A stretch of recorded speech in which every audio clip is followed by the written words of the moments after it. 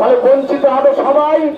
তাই সাধারণ মানুষ, কবি, সাহিত্যিক, লেখক তারাও আজকে আমাদের সঙ্গে হাজির হয়েছে হকারদের পাশে থাকার জন্য।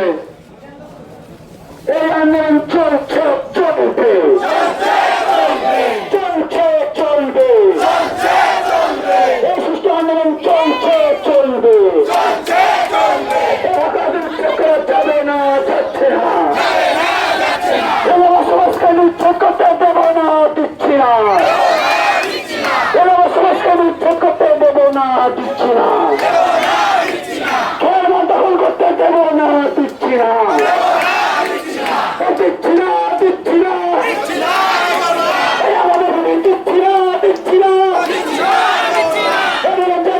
আমাদের ছেলে একদিন মাটি ছাড়বো না, ছাড়বো না, আমাদের ছেলে একদিন মাটি আমরা ছাড়বো না, ছাড়বো না। এর একটি ঘোষণা, আমরা সবাই আবার স্টেশনে যাব, সেখান থেকে আমরা বিক্ষোভ মিছিল করে বলাকার মাঠেই জমায়েত হব, টোটোটাও ওখানে পৌঁছে যাবে, আমরা কিন্তু কেউ যাব না, কিছুক্ষণ ওখানে থাকবো, বিশেষ প্রয়োজন।